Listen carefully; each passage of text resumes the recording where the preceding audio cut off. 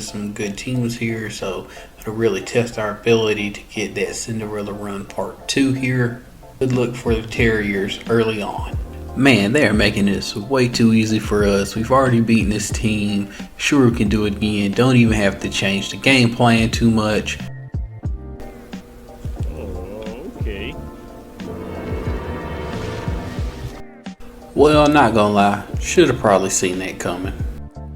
Arg, matey, the sim be a cruel mistress. That's just how it is, you know. We live by the sim, we die by the sim on this channel. I've had many a heartbreak. I mean, there's even a sim I've done on this channel where I was a 1 seed and lost to a 16 seed. And that was when I was redoing Coach K's career. You could go check that video out. But it's no time to dwell on the past. We have a really stacked team this year. I think we're going to be really good. I think everything we set out to accomplish this season, we will, because our team is that loaded for the conference and competition that we play. I mean, just check out the highlight tape of our guys right here. This is it just looks like we're going to play some really beautiful basketball this season. These guys, I mean, we got the team unity up. These guys have been here for a while. Not only have they been here for a while, they're really good players. Like, we've got players who can play at power conference schools. So we've seen it before. We've beat some power conference schools. We've actually beat a couple. And I think we can take that a step further this year and actually make that Cinderella run in the tournament. No more Cinderella because we're that good. I mean, check out these box scores. Who did not eat? Everybody had a great time at March Madness. We are going to do it this year, and it's not going to be an upset. Don't call it an upset. And to affirm that statement, my team goes out and proves me right. In our home opener of the season against Chicago State, we would beat them 43-102. Yes, 102. We put up that many points in a college basketball game as a small conference team. We also shot 52% from the field as well as 46% from three. Shot 25 free throws. Definitely free throw merchants, but we win games, baby. That's all that matters. We would destroy Maine at home in our second home game of the year before we went to our first true test of the season against Vermont. They're not really that good a team, but it is our first game on the road, and boy, did we find ourselves in a close game to end the first half. And they kept that up in the second half. I mean, we were going blow for blow, shot for shot. Every time we got a bucket, they got a bucket. They answered, we answered. And I could just feel it in the air. I could feel the court storm coming. This was my face watching this entire game. But at the end of the day, wouldn't you know, who won the pony? The championship DNA built in the players of St. Francis University shines through at the end of the day as we are able to pull away at the end and ice this game on free throws. We close this game out, something we probably wouldn't have done a couple of years ago, but now we're better and more mature. Also, Nardi, man, he just had himself a day. 12 of 17 from the field, 5 of 6 from three-point land. Salute. The next big test of the season would come against Bucknell University. This is because Bucknell University is the highest overall team we have played so far. They have an 86 on offense and an 84 on defense for an 85 overall to match our 94 on offense, 88 on defense, 92 overall. So best matchup we've had so far, and boy, did we beat the brakes off them boys.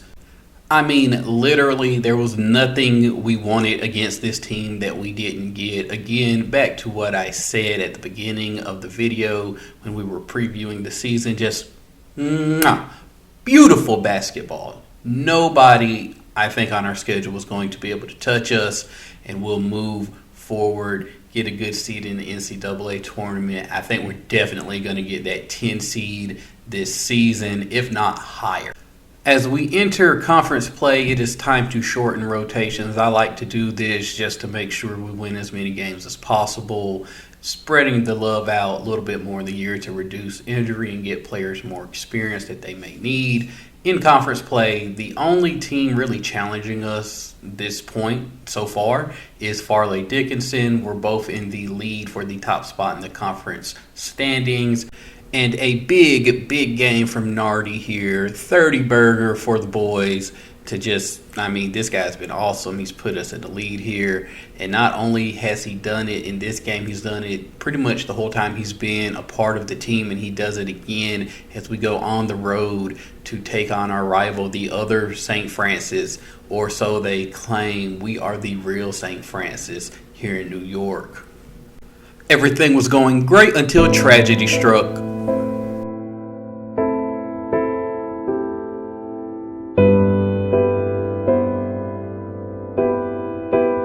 I'm telling you, the sim be a cruel mistress. But also, at the end of the day, whenever you have the type of players we have, when you have championship DNA, when things go wrong, you don't dwell on them.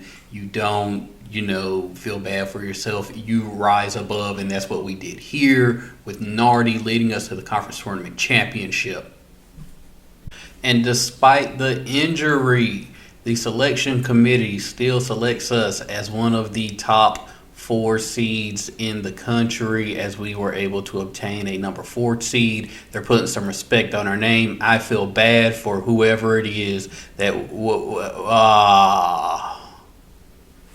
it's not all bad here, as we do end up battling back to be within 7 points to close out the half. But man, we've got to dig down deep. We got to start hitting some threes if we really want to come back and win this game and advance forward to hopefully a Final Four, because I think the team is that good. And we would end up hitting some of those shots that we needed to in order to come back. Good job by the lads here. Wow, some incredible shot making here in order to complete this comeback. We would get on a roll in overtime. I think at this point we just kind of grinded them out, and that was just it. They couldn't handle us any longer. Big day by some of the guys here. Let me know who you think had the best day, the best stat line. Incredible numbers. Big dubs in the chat. Dubs in the shot here. Almost 20-point win against an SEC opponent, a power conference opponent in the second round of the NCAA tournament. My guy, we are still dancing into the second weekend. We did it, and we're going to get the number 1 overall seed in the country, the Houston Cougars. But Houston really showed us why they were the number 1 overall seed and the number 1 overall team in the country this season. They came out hot. They came out guns a-blazing. They punched us in the mouth. They took the lead, and we would kind of claw and climb back. But it was a game in which Houston was always in control. We never really... we got close, but it never felt like we got close. We got to within a couple points a couple times, as you can see. But at the end of the day, we just didn't have the horses to win this race. And I'll say it, you better get me now, because you're not going to get me later. Honestly and candidly, you better get me right now. This is the worst we're going to be. And if this is the worst we are going to be, I feel bad for everyone else, because it is scary hours if that is the case. We went 32-1 on the season, winning 97% of our games, undefeated in conference play, winning 18 and losing a goose egg 0. We placed first in our conference, becoming for the first time a regular season conference champion of the Northeastern Conference. We also would go on to win the conference tournament, even though we didn't need the automatic bid to get to the dance. We also would go on to be a 4 seed in the NCAA tournament and advance to the Sweet 16. It was not a Cinderella run. We were expected to be there. Check out both our individual and team stats here. We played really well throughout the year, played really good team ball. Pretty much everybody averaged 5 points. Multiple guys averaged 5+ rebounds a game. Multiple guys averaged 2 assists a game, with Love averaging almost 6. 6. Wow. And we even had a couple guys get some all-conference honors. The way we played, guys weren't really going to get individual awards like Player of the Year, but they still were all-conference players. Due to all of the winning we did this season, we now have a legacy score of 21. And that is great because it is time for us to move on. I know some of you guys may have come to like some of these players, as I have as well. Some of the younger guys I really would like to see them finish it out, but I'm not trying to be like other coaches that kind of in my legacy leaderboard stat padded, feasting on inferior competition. And here are our choices. Georgia Tech would be great, but I'm not going to get that job. It would be great because the ACC becomes very winnable over time. Duke, North Carolina, they pretty much always get bad, and somebody else ends up becoming top dog in the ACC, and that could have easily been us. Not going to get Marquette either, but that's fine. Really didn't want the job because I don't like their recruiting base and being in the Big East. Villanova might be a little bit better, but still, that's a bloodbath recruiting in the Big East, so I'm fine there. Then there's Arkansas. I did like the idea of Arkansas because if you can win the Southeast in recruiting, you can run the conference because there's only so many players that those schools can all pull from. So if you're dominating that recruiting, you're going to win. That's why Kentucky's been so good for so long. So I could do that at Arkansas, but I could also do that at Auburn. So if I get to Auburn, I'm not mad. But Arkansas is a little bit unique because they also get to recruit Texas because of their proximity to Texas, which is one of the best recruiting bases in the game. They also get to recruit the lower Midwest, I'd say, like that St. Louis area because of their proximity to St. Louis.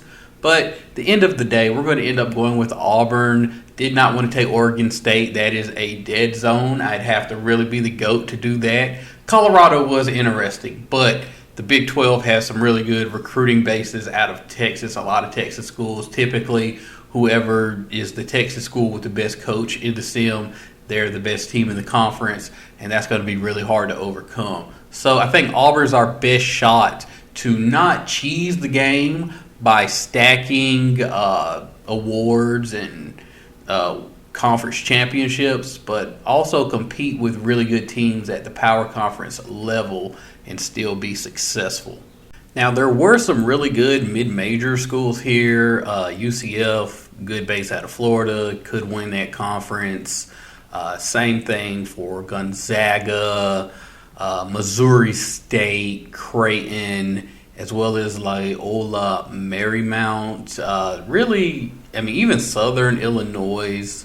I've done really well with Northeastern. I could have kind of stacked my resume some and gotten more of a blue blood offer, but I'm glad things played out the way that they did because, again, like I said in a previous episode, I want to take a small school and make them Duke like Krzyzewski did.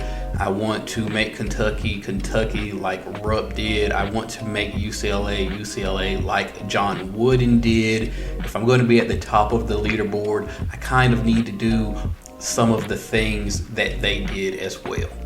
But until next time, guys, peace.